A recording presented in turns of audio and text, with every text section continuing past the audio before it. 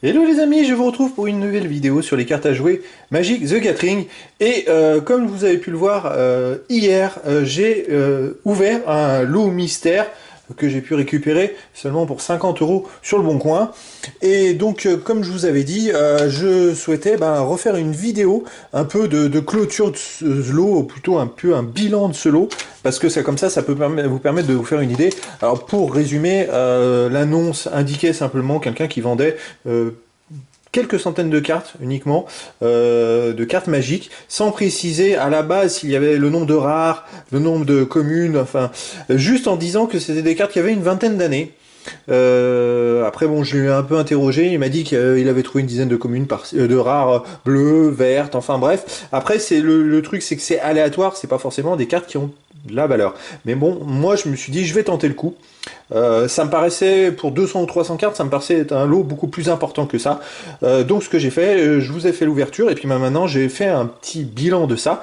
Donc, alors pour le résumer simple, tout simplement, c'est que ce lot, comme vous pouvez le voir, j'ai trié, j'ai fait des piles par famille. Alors il y a des familles qui ressortent beaucoup plus que d'autres, par exemple celle-là, c'est la famille Carnage, où il y avait quand même 214 cartes dans le lot, au moins 100 à 150 cartes différentes, donc ça c'est pas mal. Pour les collectionneurs, pour les collections, c'est pas mal pour compléter les collections. Pareil pour la 7ème édition, en fait, rien que ce paquet, il y a 148 cartes. Odyssée, j'ai eu 138 cartes dans le lot, et après il y a des jugements, enfin, des familles un peu moins où il y en a 80, et puis enfin bref. Le total, alors, pour ceux qui ont regardé la vidéo hier, justement, ils vont se questionner, oui, mais combien il y avait de cartes au total pour ce lot de 50 €, et voilà, donc au total, il y a tout simplement 1149 cartes.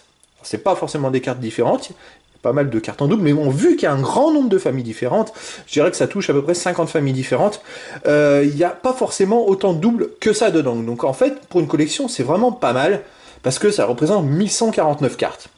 Alors, dans le détail, sur les 1149 cartes, il y a 53 cartes rares, 187 cartes peu communes, 899 cartes communes, une rare foil, une peu commune foil et 8 cartes communes foil. Donc en fait, au total, il y a 10 foils.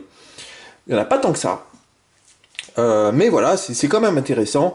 Donc j'ai pu quand même, donc au travers de tout ce lot, il y a quand même beaucoup de cartes qui valent jusqu'à 1 €, on va dire, des cartes qui sont un petit peu recherchées, ne serait-ce que les terrains portal et portal secondage, il y en avait carrément une vingtaine dans le lot. Je dirais que j'estime la valeur de ce lot, puisque c'est quand même de l'occasion, il y a quand même des cartes un peu...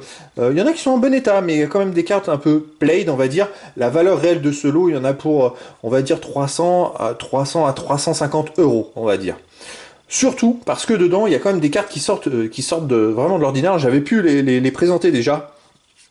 Mais c'est vrai que pour l'édition Carnage, j'ai sorti les cartes qui sont un peu au-dessus du lot. Donc on a Isidore Sculpteur de réalité, Détermination d'acier, on a Présence de l'Enchantresse, mais surtout Estuaire pollué, qui est un terrain qui est vraiment très recherché par les collectionneurs. Pour la 7ème édition, bon, j'ai sorti surtout 2 cartes qui sortent vraiment du lot, même si, alors par contre, l'avantage de la 7ème édition, c'est que la plupart des cartes sont en état Near Mint. Là, par contre, c'est top, vraiment top pour compléter une collection. J'ai sorti ces 2 cartes du lot, c'est celle-là, la rare équilibre, la rare bleu équilibre, et puis ce terrain foil, forêt foil, qui sont les cartes peut-être les plus intéressantes du lot, on va dire. Et sinon, Odyssée. Alors, Odyssée, il y a quand même eu du lourd, là. On va commencer par la rencontre de hasard, une rare rouge. On a aussi Citadelle Ternie, donc c'est un terrain, un rare terrain. Et puis aussi Temple déserté, un rare terrain, qui sont des terrains vraiment très recherchés. Voilà, c'était un lot quand même qui a eu des cartes pour 50 €. J'ai quand même des cartes vraiment très très intéressantes. Et puis aussi le test d'endurance, qui est une carte à quand même un peu plus de 5 €, il me semble, qui est une rare de l'édition Jugement, et qui est aussi très recherchée, voilà. Donc ça peut permettre à chacun de se faire un ordre d'idée. Bon, j'ai celle-là aussi, le Nexus des Saint-Imites. C'est une rare terrain de sombre acier, qui est plutôt intéressante aussi. Voilà, c'était en même temps, ce genre de lot, c'est un peu aléatoire, les amis, parce que vous savez pas vraiment ce que vous achetez. Alors si vous avez vraiment des trous dans votre collection dans ces années-là, quand vous prenez ce type de lot, vous êtes sûr que pour 50 €, vous aurez toujours plus de cartes que le nombre de cartes qui vous manque. Après, si vous avez déjà des collections conséquentes, eh ben, il faut espérer pouvoir toucher des cartes qui sont intéressantes.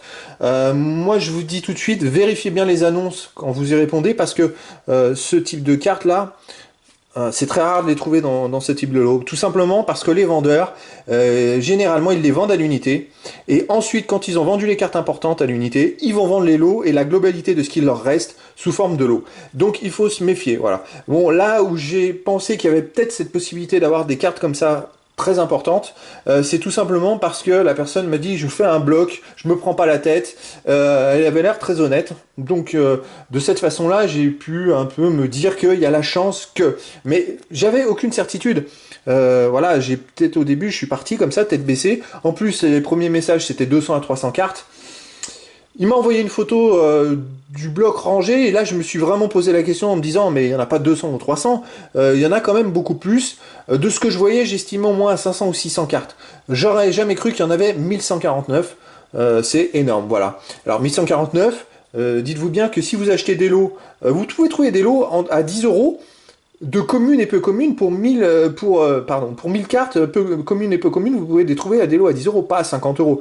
À 50 euros, il faut quand même espérer avoir des choses qui sont un peu intéressantes, qui sortent de l'ordinaire, et c'est ce que j'ai un peu espéré sur ce coup-là, voilà les amis. C'est pour ça que je voulais vous faire un petit bilan un petit peu de ça. Si vous recherchez des lots, il faut quand même prendre en compte pas mal de paramètres, qui est déjà votre propre collection, et puis le rapport qualité-prix du lot, on va dire, en sachant que vous partez dans l'inconnu, parce que généralement un lot, vous savez pas ce qu'il y a à l'intérieur. Si la personne ne vous parle pas de cartes en détail qui sont dans le lot, vous pouvez partir du principe que 90% des lots n'ont pas de carte de valeur. Voilà. Ici, j'ai pu ressentir il me semblait qu'il y avait cette possibilité, c'est comme ça que j'ai eu la chance de les avoir.